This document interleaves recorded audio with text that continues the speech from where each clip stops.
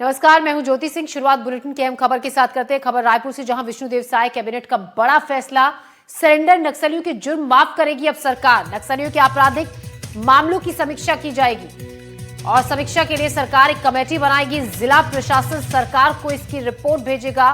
केंद्र से संबंधित मामलों में भारत सरकार से ली जाएगी अनुमति। तो इस वक्त की बड़ी खबर आपको बता दें रायपुर से, जहां विष्णुदेव साय कैबिनेट का बड़ा फैसला। सरेंडर नक्सलियों के जुर्म माफ करेगी सरकार। विष्णुदेव साय कैबिनेट में यह बड़ा फैसला लिया गया है। सरेंडर नक्सलियों के जुर्म को माफ करेगी सरकार और नक्सलियों के आपराधिक मामलों की समीक्षा की जाएगी। इसके लिए एक कमेटी भी बनाई जाएगी। जिला प्रशासन सरकार को इसकी रिपोर्ट सौंपेगा। केंद्र से संबंधित जो मामले हैं उसमें भारत सरकार से अनुमति ली जाएगी। इस वक्त की बड़ी खबर हम आपको बता रहे हैं। तो रायपुर से, जहां विष्णुदेव साय कैबिनेट का बड़ा फैसला, इस बारे में जानकारी दी गई कि सरेंडर नक्सलियों के जुर्म माफ करेगी सरकार। जिस तरीके से नक्सली सरेंडर कर रहे हैं और नक्सलियों के आपराधिक मामलों की समीक्षा होगी। इसी खबर पर ज्यादा जानकारी के साथ नीलेश त्रिपाठी हमारे सहयोगी हमारे साथ जुड़ रहे हैं। नीलेश, एक बड़ा फैसला कैबिनेट की बैठक में लिया गया कि जो सरेंडर करने वाली नक्सली हैं उनके जुर्म को माफ किया जाएगा, उसकी समीक्षा होगी और कमेटी इसके लिए बनाई जाएगी।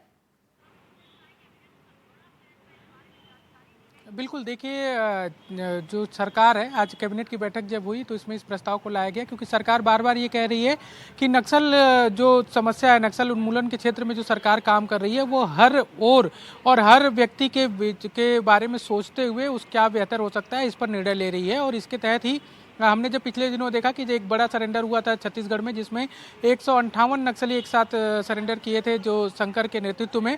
उस समय के बाद से लगातार ये बात सामने आ रही थी कि कुछ बात हुई है नक्सल संगठन के जो सरेंडर करने वाले बड़े नेता हैं और सरकार के बीच में एक आपसी सहमति बनी है। एक जो मौखिक सहमति बनी थी उसमें इस बात का भी जिक्र था कि जो नक्सल कैडर सरेंडर कर रहे हैं, क्योंकि उनके ऊपर कई सारे ऐसे आपराधिक मामले दर्ज हैं जिनमें अगर कानूनी प्रक्रिया में जाया जाए और अगर वो जुर्म साबित हो जाता है तो उनको फांसी तक की सजा होने का प्रावधान है या उम्र कैद तक की सजा होने के प्रावधान है। ऐसे मामले कई सारे ऐसे लोगों पर दर्ज हैं जो खासकर बड़े कैडर हैं या कई सारे गंभीर मामले हैं। तो उनका क्या किया जाएगा सरेंडर के बाद, उनका क्या किया जाएगा, उन प्रकरणों का क्या होगा जो प्रक्रियाएं जो है कोर्ट में चल रही हैं या फिर जो उनके ऊपर जुर्म दर्ज होने के बाद थानों में एक केसेस चल रहे हैं, उनका क्या होगा, उसको लेकर ही सरकार ने एक बड़ा निर्णय लिया है। और इस बात का निर्णय लिया है कि अब जो सरेंडर करने वाले नक्सली हैं उनके प्रकरणों की समीक्षा की जाएगी।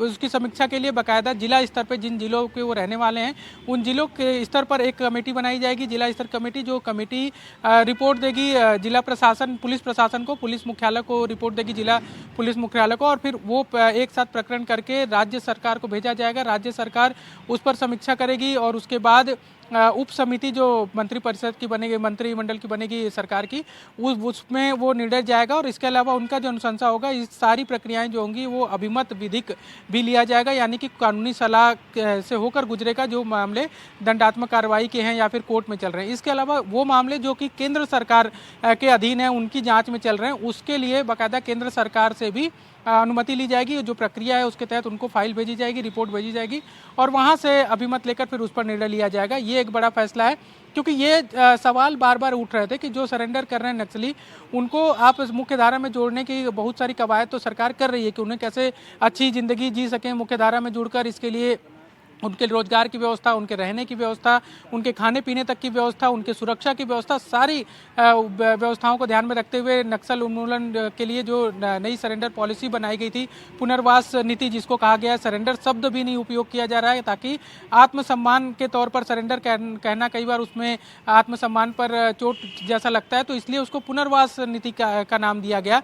अब जो है उनके जो दर्ज मामले हैं उसको भी कैसे खत्म किया जाए, उस पर एक बड़ा फैसला लिया गया है। ये संभवतः देश में पहली बार इस तरह का निर्णय किसी राज्य द्वारा लिया गया है कि सरेंडर नक्सलियों के जो दर्ज मामले हैं उसको भी माफ करने का, प्रकरण को एक तरह से कहें, सरल भाषा में बात करें तो माफ करने का शब्द हम यूज कर सकते हैं, लेकिन जो टर्मिनोलॉजी जो शाब्दिक है वो प्रकरणों के वापसी को लेकर शब्दों का प्रयोग किया गया है कि जो प्रकरण उनमें दर्ज हैं उसको वापस ले लिया जाए, यानी कि अगर हम सरल शब्द में समझे तो उसको जो जुर्म हुआ है उसको माफी एक तरह से दे दी जाए, सरकार उस पर फैसला लेगी। तो अब इसमें कितनी देर में ये सब प्रक्रिया चलती हैं, कितने पॉकेट में आएगा, ये सब देखने वाली बात है। जी नीलेश, जिस तरीके से आप बता रहे हैं कि पुनर्वास नीति के तहत पूरी कोशिश की जा रही है कि जो सरेंडर करने वाले नक्सली हैं उनकी पूरी पूरी मदद की जाए, और इस फैसले से जो अभी आज कैबिनेट में लिया गया, ये साफ संदेश देने की कोशिश एक तरीके से की गई है। ये कहना गलत नहीं होगा सरकार की तरफ से कि अगर आप आत्मसमर्पण करते हैं तो किस तरीके से सरकार आपके साथ खड़ी है,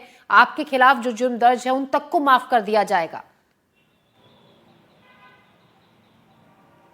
बिल्कुल, देखिए बार बार जो उस विचारधारा से प्रभावित लोग हैं या उस विचारधारा को समर्थित लोग हैं, वो उनके सवाल बार बार यही उठ रहे थे कि सरकार सिर्फ अपने फायदे के लिए या कुछ नीतिगत कारणों से ही सरेंडर जो है करवा रही है, और उसके पीछे जो है सरकार का कुछ और उद्देश्य है, इनका कोई भला नहीं होने वाला जो सरकार की बातों में आकर सरेंडर कर रहे हैं। ऐसे मैसेज लगातार चल रहे थे। सरकार का ये फैसला ये उनको जवाब भी है और भरोसा जीतने की कोशिश भी है उन लोगों की जो अभी भी अंदर हैं, जंगलों में घूम रहे हैं, हथियार लेकर घूम रहे हैं और इस असमंजस में उहापोह की स्थिति में है कि सरेंडर करें या न करें। ऐसे लोगों के लिए भी एक संदेश है कि आप सरेंडर करिए। देखिए सरकार आपके साथ हर मोर्चे पर खड़ी है, न सिर्फ आपको सुविधाओं के नाम पर जो चीज़ें वादा किया जा रहा है नीति के तहत, बाकायदा उसके लिए नीति बनाई गई है। ऐसा नहीं कि सिर्फ मौखिक कोई बातें की जा रही है, उस नीति के तहत आपको लाभ दिया जाएगा, बल्कि कानूनी तौर पर भी आपको जो दिक्कत हो सकती है भविष्य में, क्योंकि मामले दर्ज हैं और उस पर जांच होगी तो बहुत सारी चीज़ें कानून की प्रक्रिया के अंदर आते हैं, उसके तहत भी सरकार आपके साथ खड़ी है और उसकी समीक्षा की जाएगी। उसके लिए बाकायदा कमेटी बनाई जाएगी जिला स्तर पर, और जिला स्तर पर भी कमेटी में कौन लोग होंगे, ऐसा नहीं है कि सिर्फ सरकारी पक्ष के लोग होंगे उस कमेटी में भी। हालांकि अभी विस्तृत जानकारी नहीं आई है, लेकिन जो चर्चा में बातें आई उसके मुताबिक कमेटी में भी गांव के सरपंच को भी रखा जाएगा, उस जिले में जहां पर जिस गांव का वो व्यक्ति रहने वाला है सरेंडर नक्सली, उस इलाके के जनप्रतिनिधियों को रखा जाएगा, जो समाज सेवी संगठन से जुड़े लोग हैं उनको, जो एक्टिव हैं और ईमानदारी से काम कर रहे हैं वैसे लोगों को भी रखा जाएगा, और सरकार के लोग भी रहेंगे। तो यानी कि सब लोग मिलकर एक निर्णय लेंगे कि ये इस व्यक्ति के ऊपर जो ये अपराध